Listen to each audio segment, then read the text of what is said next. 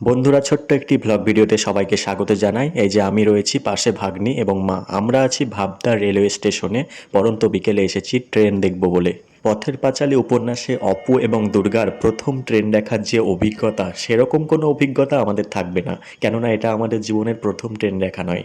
আমরা এর আগেও ট্রেন অনেকবার দেখেছি, শুধুমাত্র এসেছি আমরা পড়ন্ত বিকেলে অবসর সময় কাটানোর জন্য। তো আমাদের সঙ্গে আপনারাও একটু ট্রেন দেখে নিন। থামবে না, থামবে না। ধর ধর ধর।